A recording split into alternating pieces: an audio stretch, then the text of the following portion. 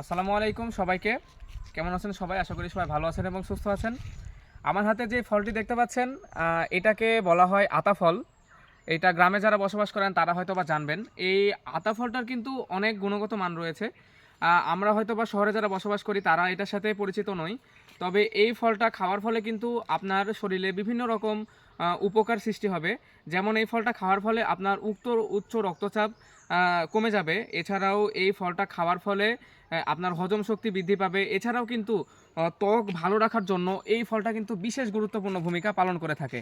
তো আপনারা যারা এই ফলটা খান না বা এই ফলটা দেখেন নাই তারা অবশ্যই চেষ্টা করবেন এই ফলটা খাওয়ার জন্য এবং মৌসুমী ফল হিসেবে এই ফলটা কিন্তু খুবই গুরুত্বপূর্ণ এবং এই ফলটা কিন্তু আপনারা বাসার আশেপাশেও লাগাইতে পারেন। তার কারণ এই ফলটা কিন্তু লাগানোর জন্য এক্সট্রা করে কোনো যত্ন নেওয়া লাগে না বা অন্য কোনো পরিচর্যার দরকার হয় না। এই ফলের ভিতরে যে বীজটা আছে, এই বীজটাই যদি আপনি মাটিতে লাগাই দেন তাহলে কিন্তু এই গাছটা হয়ে যাবে। তো বাসার আশেপাশে আপনারা লাগিয়ে এই ফলটা খাইতে পারবেন।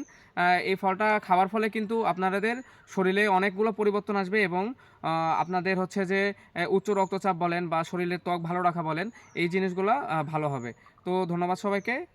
ভালো থাকবেন, সুস্থ থাকবেন। আল্লাহ হাফেজ।